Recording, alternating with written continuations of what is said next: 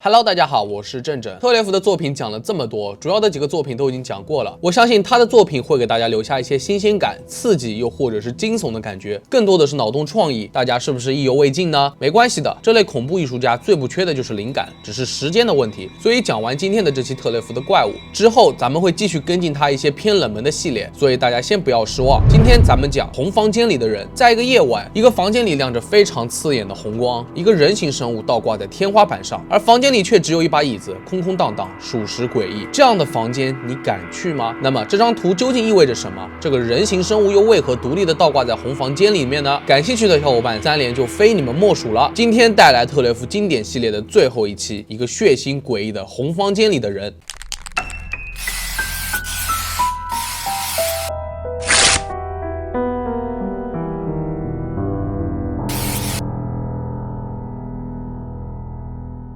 在2018年的9月25日，特雷弗在社交媒体上发布了一张图片，配文如下：有时候我会梦到那个红色的房间，隐藏在某个城市的某个地方，或者某个仓库的后面。我可以在那里留下东西，也可以看到为什么不能释放它。最后我清醒了，我知道那都是真的。很明显，这又是一个迷人的反派角色。红房间里的人，他看起来像是弱小单薄的怪物，倒挂在天花板上。他的身体有许多空洞的部分，头部朝下，身体的一小部分悬浮在头上，像是下巴。墙上的影子也反映出这个人只剩个破碎的身体了，看上去又像是浑身布满了菌丝，所以又被称为真菌人。有趣的是，这个生物的手跟脚似乎都挂在天花板上。有人说他可能有穿越墙壁的能力，但特雷弗的配文也暗示了红房间里的人是被囚禁在里面的，原因不详。在这张图的地上还有一把特定的椅子，那这个设计又在暗示什么呢？难道这本来是个惩戒室吗？顶上的红光看起来像是个太阳，是不是就是在暗示外面是阳光明媚的世界，而这个生物只能被囚禁在幽暗处，永远不见天日？在许多都市传说当中，红房间都被认为是暗网杀人所用的场所，受害者在那里会受尽折磨而死。但红房间是否存在还是个问号，而这个生物可能就是从这类的传说当中衍生出来的。其实光看图片的话，除了房间里面红色的光线看上去诡异了一点，这个生物好像也没有这么吓人。它吊在天花板上，可能也是想逃离到外面的世界。但郑郑在想，会不会有这种可能？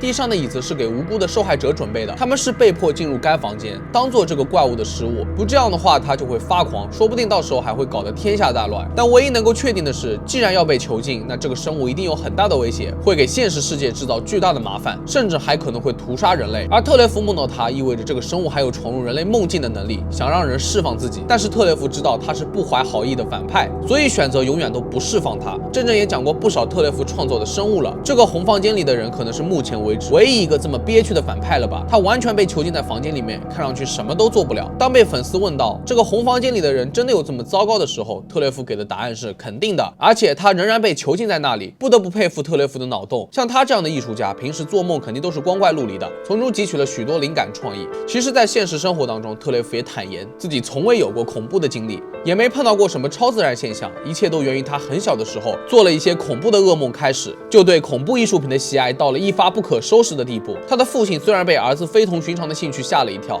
但依然鼓励他往自己的兴趣发展，这才衍生了一位优秀的恐怖艺术家。其实，如果有小伙伴一直对这类恐怖艺术品感兴趣的话，完全可以把自己脑海当中的怪物描述出来。可能你担心自己没有学过画画，没有这么好的创意，但是热爱绝对是最好的老师。只要你继续创作你感兴趣的东西，并坚持下去，一定会有所收获的。好了，本期视频就比较短了，到这里也就结束了。红房间里的人的设定属实偏少，郑郑也没有办法去拓展它，改变原作者的意思。如果说没有任何原始设定，大家觉得这个红房间里的人想表达什么意思呢？毕竟1000个读者就有1000个哈姆雷特，可以在评论区留下你们的看法哦。那么如果你觉得这个视频做的不错的话，也别忘了点赞、收藏跟分享。我是郑郑，那我们下期再见吧。